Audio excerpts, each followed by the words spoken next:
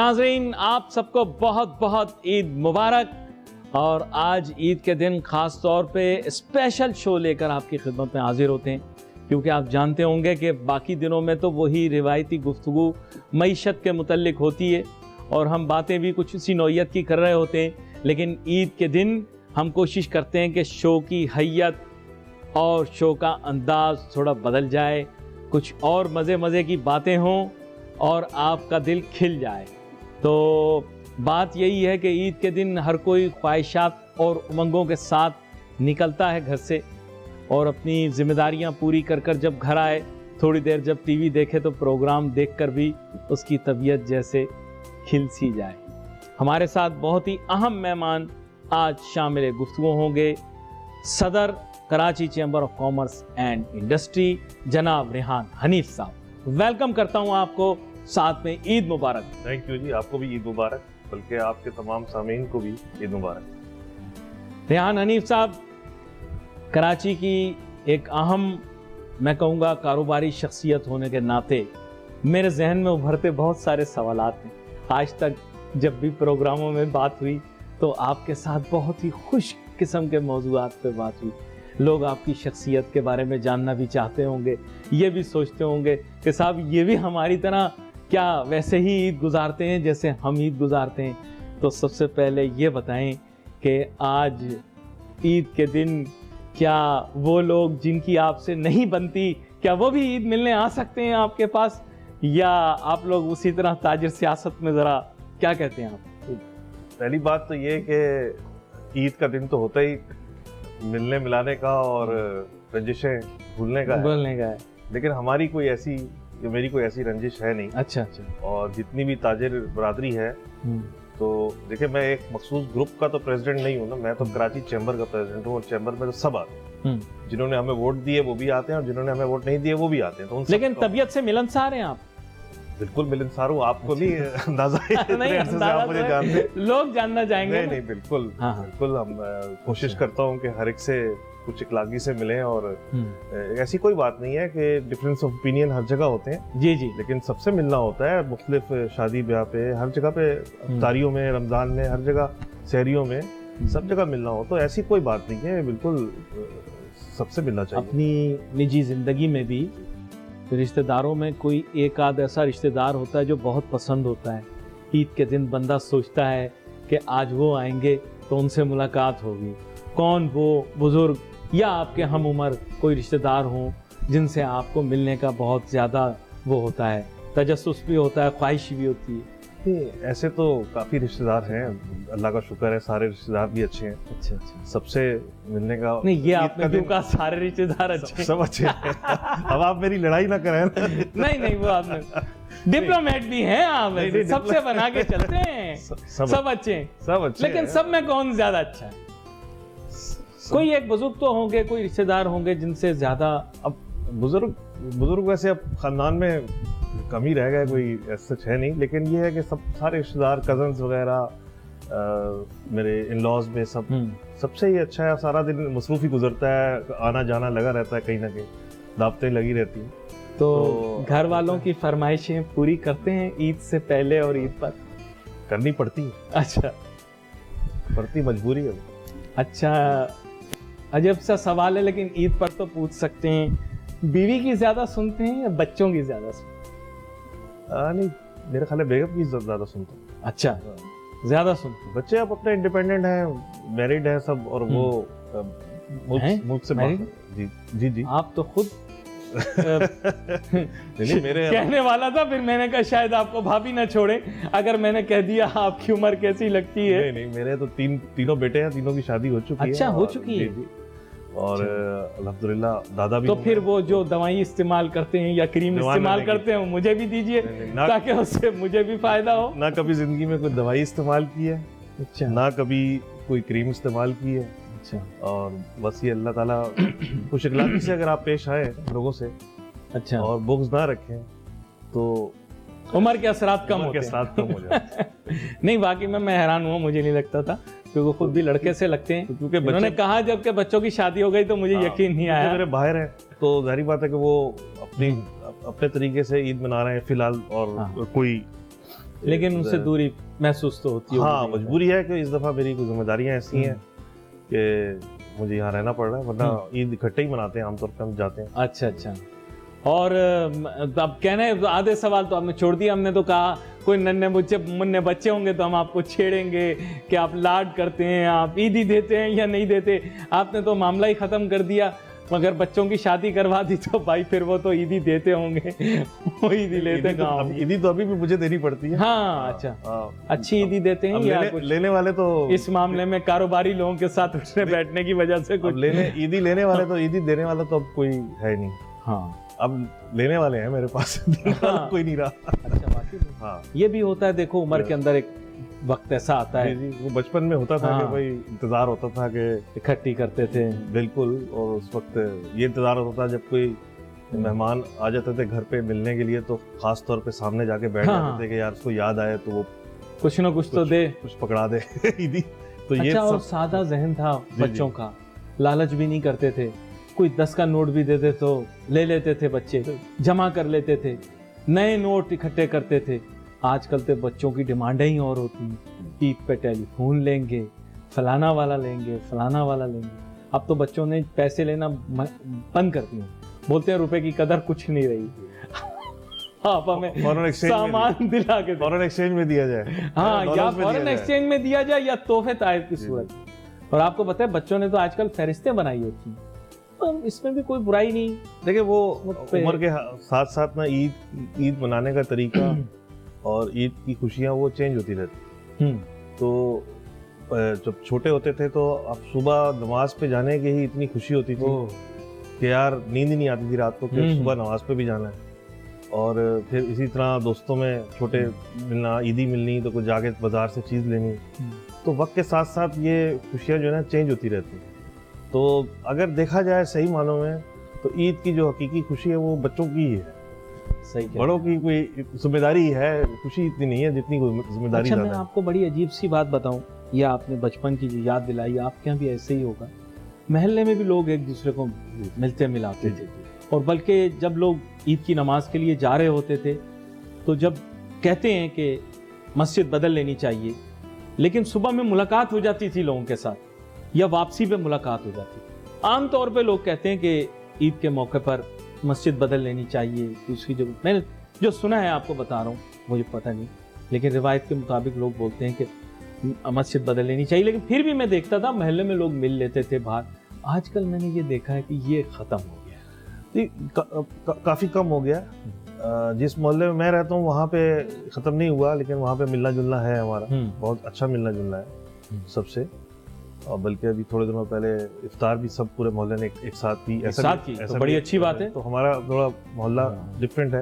लोग समझते हैं कि शायद डिफेंस में ऐसा नहीं होता, लेकिन हमारे मोहल्ले में है। अच्छा, तो ऐसा नहीं है, लेकिन हाँ आपकी बात सही है कि मिलना जुलना, जो मोहल्लेदारी पहले हम जब छोटे होते थे उस वक्त जो मोहल्लेदारी होती थी वो अब नहीं रही है। इंसान अपने सारे पड़ोसियों को जानता है। जी, सब मुझे ये याद है, एक एक को जाना करते थे। अब वो बात नहीं रही जो पहले होती थी। ये बात सही है आपकी। और जो खेलते कूदते भी थे ना, वो बच्चे आपस में, मोहल्ले के बच्चे ही आपस में खेलते थे। उनको पता था कि ये चौथा मकान जो है यहाँ पर बच्चे हैं, दूसरे मकान में बच्चे हैं, तो लोगों को पता होता था कि भाई यहाँ खेलने चले। उस वक्त तो ऐसा होता था कि अगर गेंद किसी के घर में चली गई तो कोई घंटी बजाने की जरूरत नहीं है, दीवार फलांगी, अंदर गए उठा के ले आए। वो उस वक्त ऐसा था ही नहीं माहौल जब हम छोटे होते थे। हाँ, तो किसी को कोई एतराज नहीं होता था। अब आप जाहिर बात है ये नहीं कर सकते कहीं पे भी। बिल्कुल ना करें, ऐसा कुछ भी ना कीजिएगा आजकल के हालात में। अच्छा, खाने पीने के शौकीन हैं? जी बिल्कुल। अच्छा, बिल्कुल खाने पीने का शौक है, बिल्कुल। तो ये खाने का जो एक जिसे आप कह के रिचुअल होता है, ये सुबह से ही शुरू हो जाता है कि आप, क्योंकि लोग बड़ा आजकल मैंने देखा तवाज़ो से काम करते हैं भाई इस सिलसिले में। नाश्ता जो है उसका मेन्यू तय होता है। नहीं, उसमें ईद पे तो ये होता है कि मेहमान आ रहे होते हैं तो जाहिर बात है जो उनके लिए जाहिर बात है चीज़ें बनती हैं, तो उसमें खुद भी शामिल हो जाते हैं, जाहिर बात है। तो इस तरह का मुझे खाने पीने का शौक तो है। और नहीं, ये बड़ा मैं सवाल आपसे टेक्निकल सवाल पूछूंगा, शीर खोरमा खाना पसंद करते हैं या सेवियां? अब आजकल सिस्टम ये हो गया, वो थोड़ा बारीकी का मामला होता है ये भाई, वो उसकी भी बारीकी का मामला होता है, तो वो पसंद करते हैं। नहीं, वो या कोई रिवायती खा लेता हूँ, लेकिन अवॉइड करता हूँ मीठा ज्यादा। अच्छा, क्योंकि लोग तो इस चीज पे भाई बड़ा वो करते हैं। जी। बस वो अगर घर में बनता तो है, थोड़ा सा मैं चख लेता हूँ, लेकिन मीठे को जरा, मीठे में बहुत ज्यादा जोर नहीं है मीठे को। कोई बीमारी नहीं है, लेकिन मैं एहतियात करता हूँ। नहीं, वो अच्छी बात है, लोग तो यहाँ कंट्रोल ही नहीं करते ना। फिर आपको पता है डॉक्टरों की आमदन में इजाफा होता है, रमजान में भी होता है और रमजान के बाद भी होता है। ये तो एक रियलिटी है। और पहले दिन ही आपको पता है बदपरहेजी कुदरती तौर पे हो भी जाता है। कभी कभार अगर बदपरहेजी हो जाए तो उसमें कोई हर्ज नहीं है, लेकिन रेगुलरली अगर हो तो वो नुकसानदेह है सेहत के। घर में बड़े? जी। तो लोग आपकी तरफ आते हैं? ज्यादातर मेरी तरफ आते हैं। और आप भी जाते हैं मिलने के लिए? मैं भी जाता हूँ। हाँ। दोनों ऐसे ही। तो ऐसा कुछ सेट नहीं है कि भाई मेरे ही आना है, पाबंद नहीं है। नहीं, वो जिस दिन हुआ तो उस दिन तय कर लिया, अच्छा कोई आ रहा है या जाना है। तो कोई तो बड़ा खाना कौन रखता है, आप या कोई और रिश्तेदार हैं जिनके खाने की तकलीफ? पहले मैं ही रखता था, लेकिन क्योंकि मैंने आपको बताया कि पिछले कोई 6-7 सालों से या 8 सालों से ईद मेरी बाहर होती है। अच्छा। तो वो रह गया। लेकिन ये है कि ईद के बाद कोई दावत रख लेते हैं फैमिली में कि चलो उसमें मिलना जुलना हो जाए। लेकिन ये है कि आमतौर पे पहले मेरे ही होता था, लेकिन चले अब शुक्र है, वरना तो बहुत सारे लोगों की ईद दुबई में होती थी, इस दफा नहीं हुई। हाँ, वो नहीं, मैं वैसे ही बता रहा हूँ। वैसे लोगों को मैं अमूमन टेलीफोन करता हूँ, भाई आपसे ईद मिलने आएंगे, हम चांद रात को ही बस। वो आमतौर पे बकर ईद पे तो फिर भी लोग रुक जाते हैं बकरे के लिए। मेरा ख्याल है बकरा ईद पे ज्यादा होने लगा। हाँ, छोटी ईद पे लोग यहीं होते हैं। ये ट्रेंड अब बकरा ईद पे ज्यादा हो गया है बाहर जाने का। लेकिन अब तो बिल्कुल नहीं जाएंगे। अब तो जाहिर बात है कि देखे ना, एहतियात बरतेंगे, एहतियात बरतेंगे, जाहिर बात है। ऐसे अच्छा, ईद भी यहाँ मनाएं तो फिर पैसा भी यहीं ले आए ना वो लोग जो दुबई जाते हैं, उनको बोले ना, बोले अच्छा है वो। अब आप दोबारा तजारती गुफ्तगू पे आ रहे हैं। नहीं, मैंने देखा नहीं, वैसे सच मुझे आज तक समझ में नहीं आया। आपने तो कहा चलो कुदरती सी बात है, बंदा बच्चों से मिलने के लिए जा रहा है तो बच्चों से ज्यादा तो और कोई करीब नहीं भाई, कुदरती सी बात है, ये कुदरती सी बात है। जो ना कहे वो गलत है। अपनी औलाद से ज्यादा तो मेरे ख्याल से दुनिया में रिश्ता जो है उस हिसाब से नहीं होता। लेकिन जो लोग घूमने फिरने के लिए जाते हैं, मुझे आज तक समझ नहीं आया उसका टेक्निकल लॉजिक क्या है। इसका कोई ना कोई टेक्निकल लॉजिक तो होगा ना। मेरा ख्याल है टेक्निकल लॉजिक यही होगी उसकी कि नहीं, सुकून नहीं, कि 3 छुट्टियां हैं और ईद से 2-3 दिन पहले भी कोई खास काम नहीं होता, और ईद के 3-4 दिन बाद भी कोई खास काम नहीं होता। तो उनको एक ऐसी हफ्ता, कराची में तो रमजान में ही कोई काम नहीं होता, तो वो हफ्ता 8 दिन की उनको एक छुट्टी मिल जाती है, जिसको अवेल करते हैं। बल्कि रमजान का महीना तो ऐसा गुजरा कि हर कारोबारी यही कहता है मेरे नजदीक ना हो, मैं काटूंगा। मेरा मतलब मैं गुस्से में हूँ। पता नहीं क्यों लोग गुस्से में, क्या वजह होती है इतना गुस्सा? तो आज तक रमजान में ना गुस्से की वजह समझ आती है। हाँ, मुझे ये समझ में आती है कि शाम को जब आप घर जाने के लिए निकलते हैं तो ऐसी कौन सी क़यामत आ रही होती है कि आपने गाड़ी इधर कर रहे यार। एक डब्बा देखिए, मैं ये बीमारी है। हाँ, बताएं, बिल्कुल बताएं। ये जो लोग ट्रैफिक में तेज चला रहे हैं कि हम अफ्तारी कर रहे हैं, यार अगर अफ्तारी घर पे निकली तो कौन सी क़यामत आ जाएगी। आप एक खजूर का डब्बा अपनी गाड़ी में रख लें, जहाँ अफ्तारी का टाइम हो जाए वहाँ पानी की बोतल रख लें, छोटी प्लास्टिक, खजूर खा लें। उसके बाद अगर 10-15 मिनट बाद भी आप घर पहुंचते हैं, मैं कहता हूँ 20 मिनट बाद भी पहुंचते हैं, तो ऐसी कौन सी क़यामत आ जाएगी। वहां जाके खाना खा लें सब। और ये तो इन्होंने एक बात की, क्या क़यामत ढाते हैं कि और रोजे की कैफियत में लोग जो मुगल्लज़ात बकते हैं सड़कों पर, देखिए ये कोई ज़रूरत है एक दूसरे की तरफ अजीब गरीब किस्म के इशारे करते हैं। वो मैं आपके सामने करूं तो आपका दिल भी ख़राब होगा, मेरा भी। तो यहाँ पर एक छोटी सी ब्रेक लेते हैं, ब्रेक के बाद वापस आते हैं, फिर अपनी मज़ेदार गुफ्तगू जारी रखेंगे। Let's take a short break.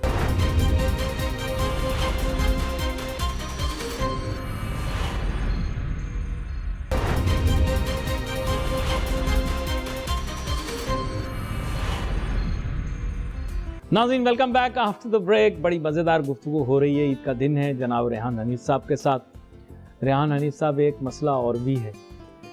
ये कराची शहर आपका भी, मेरा भी, और बहुत सारे देखने वालों का शहर भी है। यहाँ फासले बहुत बढ़ गए हैं, तो वो दिलों के फासलों में तकसीम हो जाते हैं। बुनियादी बात ये, क्योंकि एक जगह से दूसरी जगह जाना इतना बड़ा हमारा शहर हो चुका है कि रिश्तेदारों से मिलने के लिए बंदे को बड़ी मुशक्क़त करनी पड़ती है। अब आप मुझे बताएं कि इस मसले का तो कोई हल ही नहीं है, सवाल का कोई जवाब ही नहीं। ईद के दिन तो रश भी नहीं होता, लेकिन क्या करें। नहीं, देखें, जब आपको किसी से मिलने जाना हो तो उसमें फासले को क्या देखते हैं। हाँ, ये बड़ी आशिकाना, मेरा मतलब आपके मिजाज का पता लग गया आपके जुमले की नजाकत से। तो उसमें आपने 15 मिनट की ड्राइव या घंटे की ड्राइव वो थोड़ी जी जी, बल्कि उसमें भी लुत्फ आता है, अब आप ये कहेंगे क्योंकि आपका मिजाज तो आशिकाना ही है। तो आपको बिल्कुल उस पर क्या, हाँ, अगर 1 घंटा भी लगता है अगर आपसे किससे मिलने जाना है तो अच्छा, उस पर क्या प्रॉब्लम है? शहर बड़ा है, फासले भी बड़े होंगे, छोटे शहर में रहेंगे लोग करीब करीब रहते हैं, गांव में रहेंगे तो बिल्कुल 1-2 गलियों का फर्क होता है। हाँ ये भी है। तो आप बड़े शहर में हैं, बड़े शहर में तो ऐसे ही होता है कि आप किसी भी, दुबई में जो लोग रहते हैं वो एक जगह से दूसरी जगह जाने के लिए उनका ट्रैफिक भी कितना होता है, वहाँ आधा पौना घंटा तक मामूली बात है। हाँ, तो कोई बड़ी बात नहीं है ये। तो अगर आपको इतना इश्तियाक है किसी से मिलने का तो उसमें आप ये क्यों नाप रहे हैं कि मुझे आधा घंटा लगेगा या 10 किलोमीटर लगेंगे या 20 लगेंगे? नहीं, महंगा बहुत पड़ता है ना। अब बात क्या, आप तो मालदार आदमी, आप लोगों को महंगाई महसूस होती है नहीं? शरारती तो हूं ना मैं। नहीं महंगाई, हाँ, महंगाई महसूस होती है आप लोगों को? मैं समझता हूँ महंगाई, इन्फ्लेशन होती है ना तो वो हर तबके को हिट करती है। वो ऐसा नहीं है कि किसी मजदूर तबके को हिट कर रही है। हाँ, उसका जो तरीक़ाकार है हिट करने का या उसका जो इम्पैक्ट है वो डिफरेंट होता है। लाइफ स्टाइल सबका मुतासिर होता है, इस तरह से कह सकते हैं। कहीं ना कहीं तो आदमी सोचता है ना कि यार ये चीज़, अच्छा यार ये इतनी महंगी हो गई है, इसको हम इस तरह नहीं इस तरह कर लेते हैं। तो ये तो हर इंसान सोचता है, चाहे वो कितना ही अमीर क्यों ना हो। ये बात एक आपने बड़ी अहम की है और हमारे नाजरीन को भी समझनी चाहिए। लेकिन मैं आपको बता दूं कि कहना तो नहीं चाहिए, लेकिन आपको मार्केटों में वो रश नहीं दिखा होगा क्योंकि लोगों की जो परचेजिंग पावर ही उसे कहेंगे ना, कुव्वत खरीद, वो नहीं रही जो माजी में। देखें, बिल्कुल आपकी बात सही है। ख़ासतौर पे इलेक्ट्रिसिटी बिल देने के बाद जो है वो घर का खर्च चलाना और स्कूलों की फीस देना, तो उसके बाद ये लग्जरी ईद की जो शॉपिंग है ना, इसको अब आप लग्जरी है। और ये साल में एक दफ़ा ही आमतौर पे होती है आम आदमी के लिए। 90% 80% लोग साल में एक दफ़ा ही निकलते हैं इस तरह। तो वो ये सब कुछ करने के बाद फिर उनके लिए बड़ा मुश्किल हो जाता है कि वो इसको अफोर्ड कर सके। तो मार्केटों में जो रश की कमी, इतना ज़्यादा कमी नहीं थी लेकिन थी बहरहाल, जो हम एक्सपेक्ट कर रहे थे कि बहुत ज़्यादा होगी। तो इसी वजह से है कि लोगों की जो परचेजिंग पावर है इन्फ्लेशन की वजह से या आपकी यूटिलिटी एक्सपेंसेस की वजह से वो बहुत इफेक्ट कर रही है। अब तक के देखने वाले बहुत सारे नाजरीन परदेश में रहते हैं जी। और बहुत सौ को ये मौका नहीं मिलेगा कि अपने प्यारों से आकर इस दफ़ा मिल सकें। उसकी मुख्तलिफ वजूहात हो सकती हैं। किसी के पास एक वक्त वसाइल नहीं, किसी ऐसा भी होता है कि जिम्मेदाराना ऐसी चीज़ें होती हैं, यानी प्रोफेशनल कमिटमेंट्स होती हैं, लोग नहीं आ पाते। उनके लिए भी कोई पैगाम दें। बेचारे परदेश में शायद आज के दिन भी मेहनत कर रहे हो। किसी मुल्क में ईद की छुट्टी है, किसी कहीं कहीं जहाँ आप नहीं जा सके। आजकल तो इतना आसान है, वीडियो कॉल हो जाती है, वीडियो कॉल करें, ये कह रहा हूँ। बिल्कुल, मैंने भी वीडियो कॉल पे की ना बात, तो मैं नहीं जा सका। मैं भी उन्हीं मुतासरीन में से हूँ ना कि मैं ईद करने नहीं जा सका बच्चों के पास। तो वीडियो कॉल से मदद लें और उस पर आप ईद मुबारक कहें और उससे बात करें। आधा घंटा 1 घंटा उस पर कौन, ये तो आजकल बड़ी सहूलत है ये तो। हाँ, तो बल्कि आजकल तो AI आ गया है, जिनसे नहीं भी करनी ना आपने बात, अपनी फोटो खींच दें और बोले इनके लिए पैगाम बना के अलहदा से भेज दो। नहीं, अब आजकल आ गया, मैं देख रहा था AI में बड़ी सलाहियतें आ गई हैं भाई। अब तो जो रिश्तेदार अगर आपका ना दिल लगता हो उनके साथ, उन AI को कहते हैं उनको आप ही मिलाओ भाई। मैं मसरूफ हूँ, उनको आप ही देखो। आपकी गुफ्तगू का फोकस जो है रिश्तेदारों पे है क्या? ये आप भी नहीं कुछ नहीं देखो, कोई अंदर की कोई बात है। मैं आपको सच बताऊं, असल में बात ये है कि ये रिश्ते संभालना ही तो सबसे ज्यादा मुश्किल है। आजकल सबसे बड़ा मुश्किल काम ये है रिश्ते संभालना। और मैं आपको सच बताऊं, रिश्तों में वो नज़ाकत पहले भी थी, लेकिन अब उनमें जो एक शाइस्तगी का अंसर था वो खत्म हो गया। जी। और people have become very brittle in their hearts. छोटी सी बात पर दिल टूट जाता है, बहुत जोड़ना बड़ा मुश्किल हो। दुनिया है ना वो बहुत मटेरियलिस्टिक हो गई है। ये बात तो सही है आपकी। और ये कोई ये नहीं कि हम दूसरों को ब्लेम कर रहे हैं, हम सभी उसमें शामिल हैं, सब उसमें शामिल हैं। उसकी वजह भी आपने बता दी कि इंसान अपनी ज़रूरियात के लिए बिजली का बिल और ये सब इसमें इतना ज़्यादा उलझा हुआ है कि कहाँ किसी और के मुतालिक सोच पाए। मैं आपको एक बड़े मज़े की बात बताऊंगा, पता नहीं आप इत्तेफाक करें इख्तिलाफ करें। आप तो माशाल्लाह अच्छे खाते पीते आदमी हैं, शायद आपको ये चीज़ मुनासिब न सुनने में लगे, लेकिन बहुत सारे लोग तो कहते हैं अच्छा हुआ मेहमान नहीं आए, खर्चा बच गया। बिल्कुल जी, ऐसा होता है, ऐसा है, बहुत से घरानों में ऐसा है। तो क्या करें, या किसी के घर जा भी रहे हैं तो इसलिए जा रहे हैं क्योंकि अपने यहाँ कुछ नहीं पका। आज पाकिस्तान में बहुत सारे घराने ऐसे भी हैं, बुरा ना मानिएगा, सीधी बात आपसे करूंगा। अल्लाह ताला सब पे रहम करे। हाँ। लेकिन हर तरीके के मसाइल हैं और आपके पास लोग आते होंगे, ऐसी बात तो नहीं है। आप देखें, एक पूरे कराची शहर की ताजिर बिरादरी, सनतकार बिरादरी, एक तरह से सिविल सोसाइटी का भी बड़ा एक अहम मेंबर होने के नाते लोग आपको आके अपने मसाइल बताते होंगे। कोई नई बात नहीं आपको बता रहा, कोई नहीं, ऐसा है, ऐसा हाँ। होता है। और बहुत सारे खाते पीते लोग जो माजी के सालों में थे, उनके भी आजकल हालात कुछ इस नौयत के हो गए, कारोबार बहुत मुतासिर हुआ है। जो ज्यादा परेशान तबका है ना, वो एक मिडिल क्लास और लोअर मिडिल क्लास है, जो जिसको आप सफेद पोश कहें, वो किसी से मांग भी नहीं सकता, क्योंकि वो मिडिल क्लास है और वो लोग समझते हैं कि भाई अच्छी नौकरी कर रहा है, सही है। तो ज्यादा परेशान वो है। जो दूसरा तबका है वो तो मांग लेता है, ले लेता है। तो जो ज्यादा परेशान तबका है ना, मैं समझता हूँ कि मिडिल और लोअर मिडिल क्लास है, जिसको हम सफेद पोश कहते हैं। जी जी। तो वो ज्यादा इस वक्त परेशानी का शिकार है। और हैरानकुन बात भी ये है कि इस तबके की जानिब जो तवज्जो होनी चाहिए, मेरे नजदीक वो तवज्जो नहीं दी जा रही। आपने जो बात की, सफेद पोश आदमी भीख नहीं लेगा। सफेद पोश आदमी, सीधी आपसे बात कर रहा हूँ, बात यह है कि वो किसी वेलफेयर प्रोग्राम में नहीं जाएगा, कभी शर्म के मारे नहीं जाएगा, कभी ज़मीर इजाज़त नहीं देगा। उन पे तवज्जो दें सर, आप हुकूमत को समझाएं। रोज़ मैं देखता हूँ, कभी आपकी चीफ मिनिस्टर के साथ तस्वीर आ रही होती, कभी प्राइम मिनिस्टर के साथ तस्वीर आ रही होती है। सदर पाकिस्तान के साथ आपकी तस्वीर बनी नहीं, लेकिन मिले आप बहुत मर्तबा हैं उनसे। वैसे आपका चेहरा भी कुछ मिलता जुलता है कुछ।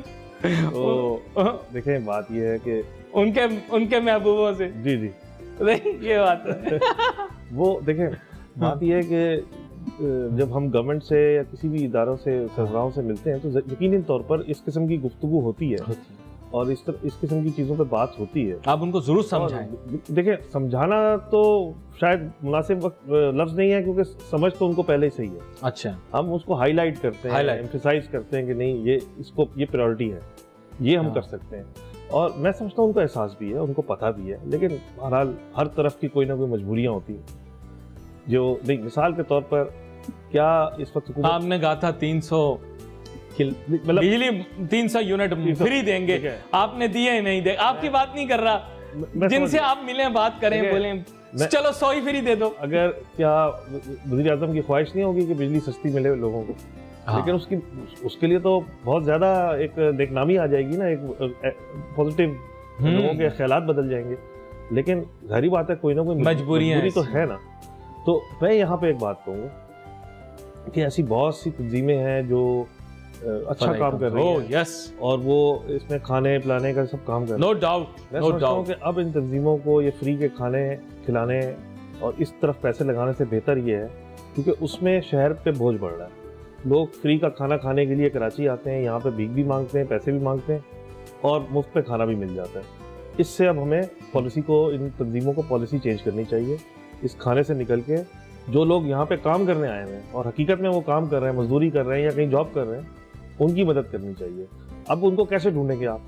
सफेद पोश तो आपसे लेने नहीं आएगा, नहीं। उसका सबसे आसान और सीधा और विदाउट एनी करप्शन एक ही तरीका है कि बिजली के बिल, अगर आप अरबों रुपए लोगों के खिलाने पे, खाने पे खर्च कर रहे हैं महीने के, तो उन अरबों रुपए से क्या आप के इलेक्ट्रिक के पास जाकर ये नहीं कह सकते कि जिसका 200 यूनिट का बिल है, उसका 25% या 50% जो भी बजट है वो आप हमसे ले लें और उनका बिल कम हो जाए। ये बात देखें, बड़ी पते की इन्होंने की है। उसकी वजह ये है कि इन्होंने ग्राउंड रियलिटीज को समझा है।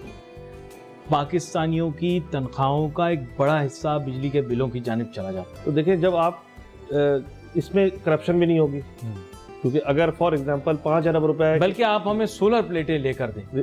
मैंने सुना है पाकिस्तान ने हर तरह का रिकॉर्ड तोड़ दिया। 17 गीगावाट हमने सोलर प्लेटें, इतनी चाइना ने बनाई नहीं जितनी उनको बेचनी पड़ गई। वो परेशान है। सोलर प्लेटों का इशू नहीं है, वो एक अलग। मैं हमेशा सोचता था कि प्रेसिडेंट जी इतने परेशान क्यों रहते हैं। अब मुझे पता लगा वो इसलिए परेशान है कि इतनी सोलर प्लेटें चाइना ने बनाई नहीं जिससे ज्यादा पाकिस्तान ने मंगवा ली। चले वो सोलर प्लेटों का एक अलग इशू है। मैं तो इससे बड़ी यही गुफ्तगू कर रहा था कि जो पैसे हम लोगों पे खाने पिलाने पे और इधर आप चाहते हैं वो किसी प्रोडक्टिव, देखिए उसमें आपके हर चीज़ के एक कॉस्ट भी होती है ना, आपकी एडमिनिस्ट्रेटिव कॉस्ट भी होती है ना, इसमें कॉस्ट आपकी और करप्शन हर चीज़ निकल जाएगी। जब आपने बिजली कंपनी को पैसे देने और तो उसमें क्या करप्शन होगी। लेकिन लोग इसमें मुतमईन है ना, लोग इसमें मुतमईन है। थोड़ा दिखावा भी, दिखावा हो गया, यही गलत हो गया। थोड़ा अच्छा तनावुल करते हुए कुछ दिखावा भी हो जाए, कुछ पता भी लग जाए, कुछ दिल को तस्कीन भी मिल जाए। देखिए खिदमत तो लोगों की वो होती है जो एक हाथ दो और दूसरे को पता ना चले। और मैं मेरी नज़र में सबसे इस वक्त अच्छी खिदमत यही है कि, बल्कि मैं तो कहूँगा जो गवर्नमेंट के जो फंड्स हैं, बेनज़ीर इनकम सपोर्ट फंड है, उसमें क्या है, उसमें भी एडमिनिस्ट्रेटिव चार्जेस इतने हैं और हैंडआउट के बजाय आप कह रहे हैं कि उससे किसी और तरफ भी कहीं ना कहीं करप्शन की कोई अवामिल तो होंगे। प्रोग्राम बहुत अच्छा है वो, उसको तो वर्ल्ड बैंक ने भी कहा है बहुत ज़बरदस्त प्रोग्राम है। मैं ये नहीं कह रहा कि उसको गलत प्रोग्राम है, बहुत ही ज़बरदस्त प्रोग्राम है। उसका पैसा भी हम इस्तेमाल के ऊपर इस्तेमाल इधर कर सकते हैं ना यार। 200 यूनिट वाला है, 700 अरब रुपए का आपका बजट है, 200 यूनिट वाले को अगर आप 50% रिलीफ दे दें उसको, तो उसका 12,000 का बिल अगर 6,000 हो जाएगा तो नहीं ज्यादा फोकस इस दफा एक तो इफ्तार पे भी है, दूसरा राशन बांटने पर। वो भी एक अच्छा, वो भी ठीक है। मैं रमजान के हवाले से बात नहीं कर रहा हूँ सिर्फ, मैं तो पूरे साल की बात कर रहा हूँ। रमजान तो अब आया गुजर गया, मैं तो अब सारे साल की बात कर रहा हूँ कि आगे मतलब तरीका ये है कि पहले राशन महंगा कर दो, फिर उससे जो मुनाफा आए 10% लोगों को दे दो। वो तो अच्छा ये भी गलत हो गया। नहीं मैं आपको बताया, नाम का नाम, काम का काम, दिल भी साफ, रात को नींद भी सुकून से आए। देखो हमने कितने भाई देखें, हुआ तो है ना, आपको पता तो है एक गरीब मुल्क है पाकिस्तान, यहाँ पर ज़ख़ीरा अंदोज़ी होती है, कोई ढकी छिपी बात तो नहीं है आपसे। इधर माल में तोल में गड़बड़ होती है। आप बाहर के मुल्क का जिक्र कर रहे थे, मुझे सही बताएं, वहाँ बंदा जाता है, महीना रहता है, सेहत बेहतर हो जाती है। सच बात यह है कि वहाँ पर तोल में गड़बड़ नहीं करते, वहाँ पे हर चीज़ पैमाने पर देते हैं। आप जब बड़े स्टोर में भी जाते हैं, वालमार्ट में भी जाते हैं, टारगेट में भी जाते हैं, कॉस्टको में भी जाते हैं, आपको ये पता है माल का म्यार A+ होगा, फर्स्ट क्लास होगा, 2 नंबरी कहीं जो लिखा है वही दिया होगा। लेकिन मैं आपको अपने वालमार्ट का नाम ले लिया। हाँ मैंने बहुत सारे रमज़ान गुजारे हैं। हाँ अमेरिका में, वहाँ पे अक्सर वालमार्ट पे मैं गया हूँ, वहाँ रमज़ान की आमद पे उन्होंने रमज़ान मुबारक का अरबी में लिखा हुआ होता है जी, और कई चीज़ें जो कि मुसलमानों के इस्तेमाल की हैं उस पर डिस्काउंट भी लगा हुआ है। यानी कि अगर रूह अफ़ज़ा की बोतल है या कोई शरबत की बोतल है, मिसाल के तौर पर अगर वो $40 का कार्टन बेचते हैं तो वो $30 का हुआ होता है। तो ये तो मैं खुद इसका यानी शाहिद हूँ। तो फलों में डिस्काउंट हुआ होता है रमज़ान के हिसाब से। तो ये जिन शहरों में मुसलमानों की आबादी ज़्यादा है जी उनमें मैंने कम से कम 2 शहर तो मैंने विटनेस किए हैं जी इसमें ऐसा है।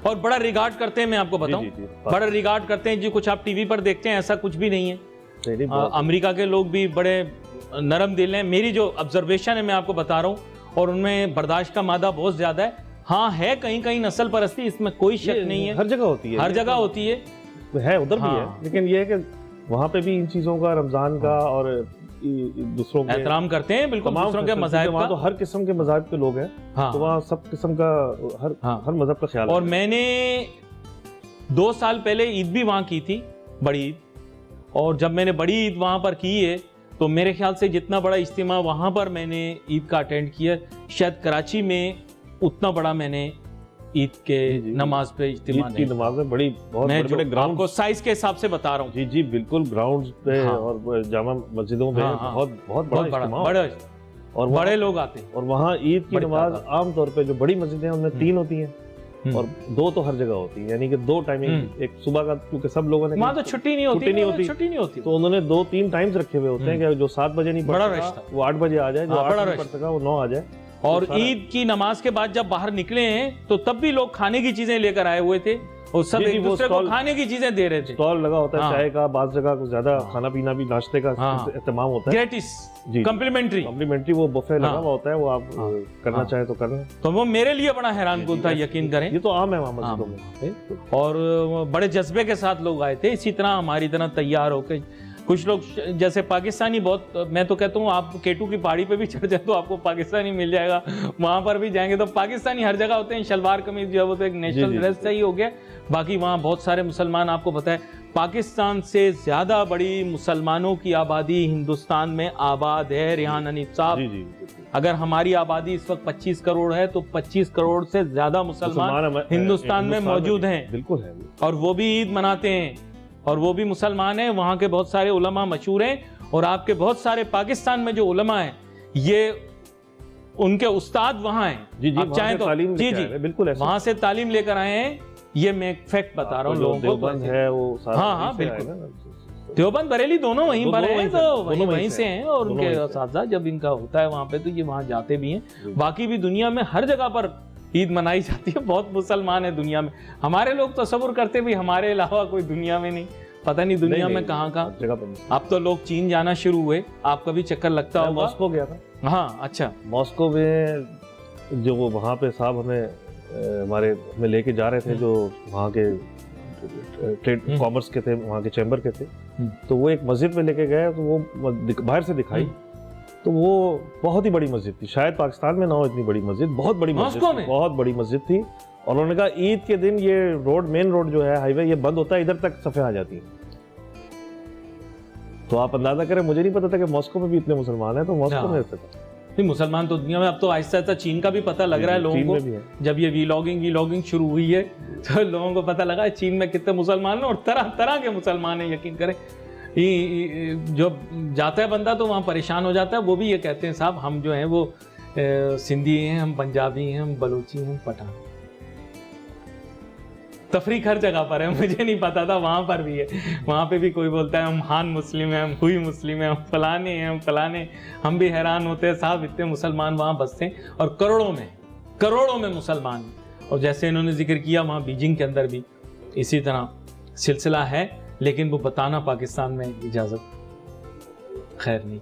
इतना ज़्यादा नहीं बोल सकता भाई, मैं उतना बोल सकता हूँ जितना आप बुलवाएंगे। आप कभी दुनिया की सैर करवा रहे हैं, हमें अमेरिका लेकर जा रहे हैं, मॉस्को रशिया लेके जा रहे हैं, आप भी दुनिया की सैर करा रहे हैं, लोग भी खूब एंजॉय कर रहे हैं। आपको तो टीवी पे होना चाहिए। आप ये बिला वजह तिजारत में आकर फंस गए। तो टीवी पे तो हूँ इस वक्त। हाँ, ये भी बात बड़ी आम आपने की है। नहीं, मैंने कहा पेशावराना तौर पर फील्ड बदली जा सकती है। अगर मैं आ गया तो फिर आप लोगों का क्या होगा? ये भी बात सही, ये भी बात आपने बहुत अच्छी की है। सबका ख्याल करना चाहिए। और हमारे बुजुर्ग थे वो कहा करते थे किसी की देख में हाथ नहीं मारना चाहिए। लेकिन वो दिल्ली वालों में मशहूर है ना कहावत कि लोग देख में फिर भी हाथ मार दें। तो अगर कोई अच्छी ऑफर आए तो बंदा सोच सकता है। ये यानी शौक है, जरासीम भरपूर है आपके अंदर। यानी खराब करना है, फिर भी आपने हमारे काम को, हमारी माश को, हमारे काम को डिस्टर्ब करना है। आपको भाई हमें तो चलने दें। यहाँ इस मुल्क के अंदर कोई किसी को नहीं चलता देख रहा। आप अच्छे खासे सदर हैं KCCI के, आप कहाँ इस तरफ को आना शुरू हुए। चलो फिर भी अगर शौक है तो कोई बात नहीं, हो सकता है हसीन है, खूबसूरत है, कोई ऑफर दे ही दे।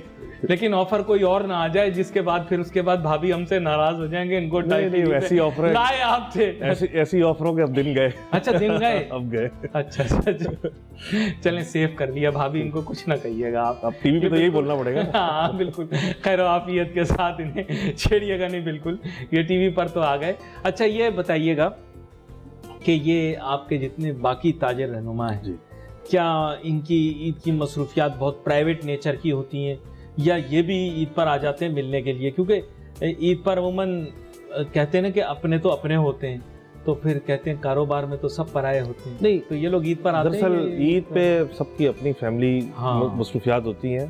तो हमारा सबसे व्हाट्सएप पे व्हाट्सएप ईद मुबारक, ईद ग्रीटिंग्स का तबादला तो होता है। वो तो सबसे होता है, न सिर्फ कराची में बल्कि पूरे पाकिस्तान के जो ताजिर रहनुमा हैं उनसे वो ईद मुबारक तो चलती है दोनों तरफ से।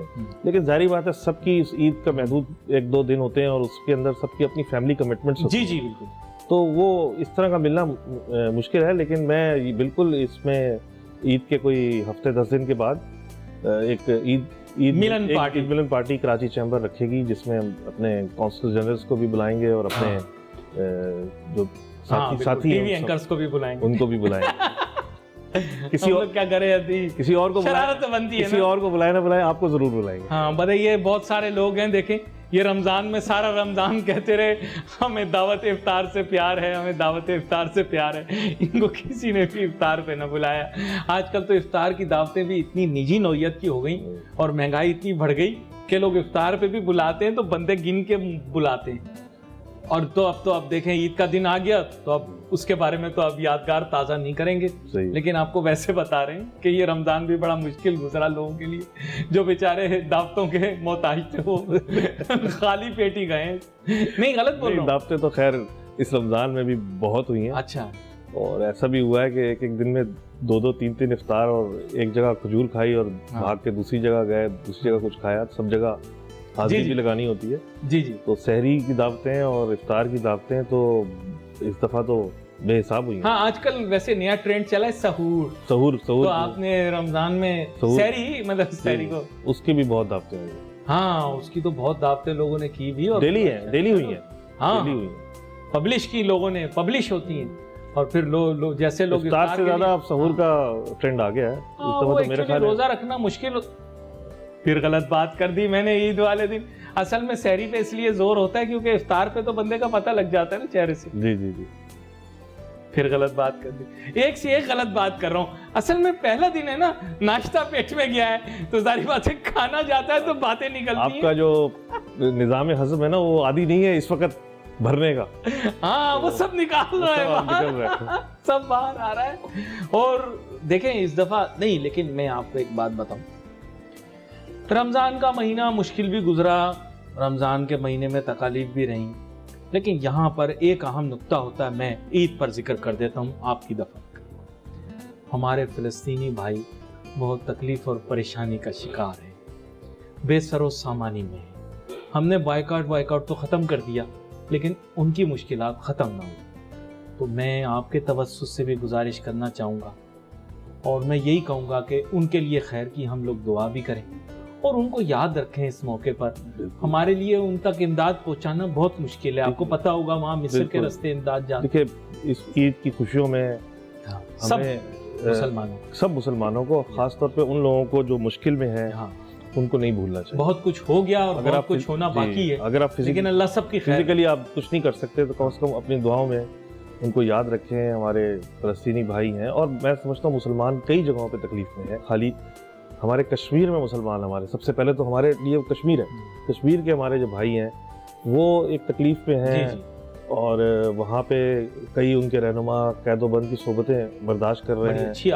और भारतीय और मोदी की जो एक, उसकी जो एक बुचर ऑफ गुजरात उसको कहते हैं ना, कि वो उसकी जो सोच है इंतहा पसंदाना और जालमाना, उसका शिकार हो रहे हैं। तो हमें ये दुआ करनी चाहिए कि अल्लाह ताला उनके लिए भी आसानी करे, और ऐसे कहते हैं ना हमसाया अल्लाह ताला दे, हमसाये की भी दुआ करनी चाहिए कि अच्छा दे। तो वो हमसाये में भी कोई ऐसा नेचर का इंसान अल्लाह दे हमको जो उसकी इंसानियत वाली सोच हो, कातलों वाली और एक बुच्चर ऑफ गुजरात वाली सोच ना हो। उससे अल्लाह ताला हमारी जान छुड़ाए।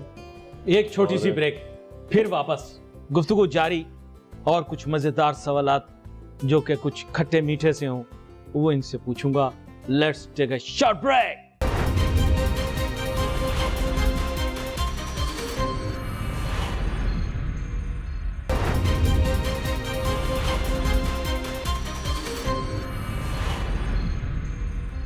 नाज़रीन welcome back after the break. फिर ले जाऊं इनको बचपन में। रेहान हनीफ साहब, आपको माजी के झरोकों में ले जाता हूँ, थोड़ा फ्लैशबैक। बचपन में ईद कैसे गुजारते थे, जिसका आपने शुरू में जिक्र किया कि बहुत एंजॉय करते थे। तो बचपन की कोई ऐसी याद जो आज भी आपके जहन में हो? याद ऐसी कोई ख़ास तो नहीं है, अलबत्ता ये है ज़रूर है कि बस ये एक्साइटमेंट होती थी कि ईदी कितनी मिले, और फिर वो दोस्तों से जाकर, कमर्शियल आदमी हैं आप, कमर्शियल, फिर दोस्तों से मिलाना, भाई तुम्हारे कितने हुए, तो बोला मेरे इतने हो गए। अच्छा मेरे पहले तो बहन भाइयों को निपटाता है ना बंदा, कितने ज्यादा हुए, फिर दोस्तों के पास बहन भाइयों के आमतौर पे बराबर ही होते थे। अगर किसी ने 10 रुपए देने तो सबको 10 रुपए देने, 10 रुपए देने, तो वो बराबर ही होते थे। तो लेकिन मुकाबला होता था अपने दोस्तों से कि हाँ भाई तुम्हारे कितने, उसने कहा जी मेरे तो 120 रुपए हो गए, मेरे तो यार 80 हुए हैं। तो वो ये चलता था, और फिर बाजार जाना और उसको खर्च करना। जी जी, ये बड़ी एक एक्साइटमेंट होती थी और बड़ी खुशी होती थी उस वक्त। 10-10, 5-5 रुपए जो देता था तो उसकी बड़ी, तो नए कड़क नोटों का ज्यादा कड़क नोट होते थे और वो बड़ा एक एक्साइटमेंट थी। मैं समझता हूँ कि अब जो बच्चे हैं छोटे, शायद उनको इस पैसों की भी अब इतनी ज्यादा, क्योंकि जब बच्चों को मैं ईदी देता हूँ तो वो बस वो लिए रख लिए, उन्होंने कोई एक्साइटमेंट नहीं होती थी। जो अब तो खैर बड़े हो गए, जब छोटे भी होते थे तो इतनी कोई खास थी। हमें तो कहा जाता था ईदी लो बेटा फिर सलाम करो। वो तो सलाम, हम ईदी लेते थे फिर कहते थे सलाम। वो सलाम तो होता ही है। वो तो एक ईदी लेने के बाद नहीं, ईदी के बाद सलाम होता था। हाँ, ईदी के बाद सलाम होता था। वो जितनी ज्यादा ईदी थे हम उतने सलाम करने को तैयार होते थे। तो ये नहीं, ये बात आपकी सही है। तो ये वैसे आजकल ये ट्रेंड का, मैं आपको वही बोल रहा हूँ ना, आप तो फहरिस्त आती है, और आप तो चूंकि बाहर भी जाते हैं तो रिश्तेदारों की यहाँ भी फहरिस्त रेडी होती है ये चीज। बल्कि बहुत सारे रिश्तेदारों को तो लोग एयरपोर्ट पे इसलिए लेने जाते हैं ईद पे कि भाई आईफोन आया होगा, ये आया होगा, वो आया होगा। हाँ, रास्ते में इंसान का ज़हन सोच रहा होता है कि अब आ गए मामू ये वाली चीज लाएं। मैं पूछूं या ना पूछूं, मैं पूछूं कि लाए कि नहीं लाए। बचपन में होता था कि फिर जब वो कहते हैं ना कि बेटा सामान की जगह नहीं थी, तो यकीन करो जब दिल टूटता है तो बाकायदा कांच टूटने की आवाज आती है कानों में। नहीं नहीं, आप जब आते होंगे आप भी ऐसी गोलियां, मेरा मतलब ऐसे ही बहाने बनाते होंगे। नहीं, मुझे कोई मंगवाने वाला नहीं ना मेरे से, तो मुझे इतना महसूस नहीं होता। नहीं, वैसे एयरपोर्ट पे आपको पता है ना, रिश्तेदारों को लेने के लिए जाते हैं लोग ईद पे, बड़ी तैयारी करके, दिल में उमंगे लेके, ये आएगा वो आएगा।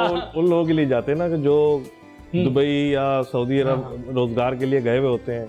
अच्छा, और डब्बे को देख के मुंह ललचाता है, इसमें मेरा सामान होगा। 2 साल बाद वापस आ रहे होते हैं। हाँ, तो वो 2-3-4 बैग होते हैं, तो उसमें सामान की हिफाजत बिल्कुल ऐसे हो रही होती है जैसे पाकिस्तान की आवाम मुल्क की हिफाजत के लिए अपनी जान देने के लिए तैयार होती है। बैगों की हिफाजत हो रही होती है, भाई इसमें हो सकता है मेरा सामान हो।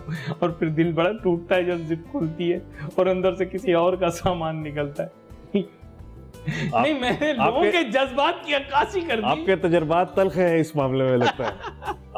नहीं, मेरे से ज्यादा कस्टम वालों के जज्बात जो है ना, वो बहुत उस जमाने में आज से पहले बहुत ज्यादा सख्त भी होता था। अब तो इतना नहीं है, अब तो प्रोबेटेड आइटम्स ही वो देखते हैं। लेकिन उस वक्त ये होता था कि ये सामान कितना है, जी क्या खरीद लिया। अब अच्छा, तब मेरे ख्याल से पाकिस्तान में कंज्यूमरिज्म भी इंट्रोड्यूस नहीं हुआ था, तो लोग क्या करते थे, साथ में 6-6 VCR लेकर आया करते कि सारे घर वालों के लिए 2 बेच देते थे, 2 रिश्तेदारों को दे देते थे, 2 घर पे इस्तेमाल कर लेते थे, पैसे पूरे हो जाते। देखिए, जब VCR नया आया था ना, जाहिर बात है मैं तो उस वक्त काफी छोटा था। जी जी, लेकिन उस वक्त ये ट्रेंड था, जो भी जाता था ना वो VCR जरूर उठा के लाता था। नहीं, VCR जब आया तो आप बहुत छोटे थे, बच्चे आपके इतने बड़े हो गए, शादीशुदा हैं। ये अभी तक हमें समझ में नहीं आई भाई, ये क्या बात हुई है। VCR ये बात मैच नहीं कर रही। VCR अर्ली 80s में या ऐसे आया ना, 1980। तो उस वक्त तो मैं एक छोटा सा जवान ही है भाई, आप ऐसे ही कह रहे हैं। नौजवान छोटा था मैं। तो शादी जल्दी कर ली होगी बस वैसी। देखो ये मुस्कुराहट बता रही है, खुशहाल तो हैं, ये तो पता लग रहा है कि इस मामले में खुश हैं। तो यानी घरेलू जिंदगी खुशहाल है।